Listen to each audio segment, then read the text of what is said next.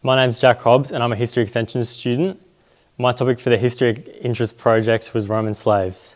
I wanted to investigate why do we review the slaves of ancient Rome so differently to modern ones and other oppressed modern groups. Generally, Roman slaves are seen as faceless workers or relatively privileged individuals compared to the slaves of more modern societies.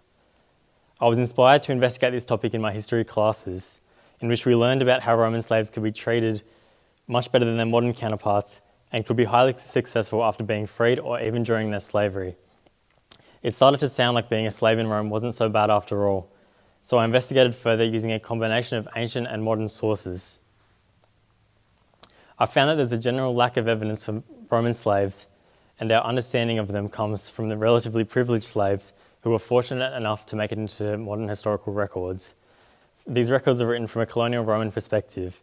The majority of slaves weren't so lucky and could expect a strenuous life in agricultural mining.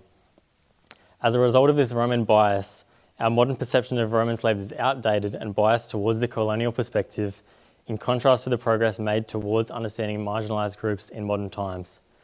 These modern groups are continuing to develop their voice and agency in society, while the majority of slaves in ancient Rome have remained largely silent in historical records and later interpretations. To form a counter-argument to this outdated traditional interpretation, I introduced PostColonial Methods in my essay, as a method of applying lessons learned about marginalised groups in modern times to the study of Roman slaves. This approach considers the spiritual and cultural impacts of slavery on all slaves in Rome, as well as how slavery severed their engagement from their community. This approach reinterprets the slaves as individuals from a human context concerned with more than just material success in a world they were ripped from their homes and communities to join. In this way, postcolonial studies of history can attempt to restore the voice of Roman slaves. My essay concludes that more research should be conducted on Roman slaves, with examples of emerging studies in the field that are already offering richer interpretations of this group. I'd like to thank my family for their help proofreading and editing the essay and bibliography. I also thank my teachers who allowed me extra time to work on the project by giving me extensions for class tasks.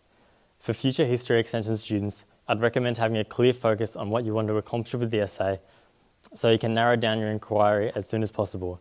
Refining the essay and project as a whole by removing parts of it is part of the process, but this will help you spend more time on research that you actually need. Having a clear focus will help you not waste too much time on aspects of the essay that will later be removed.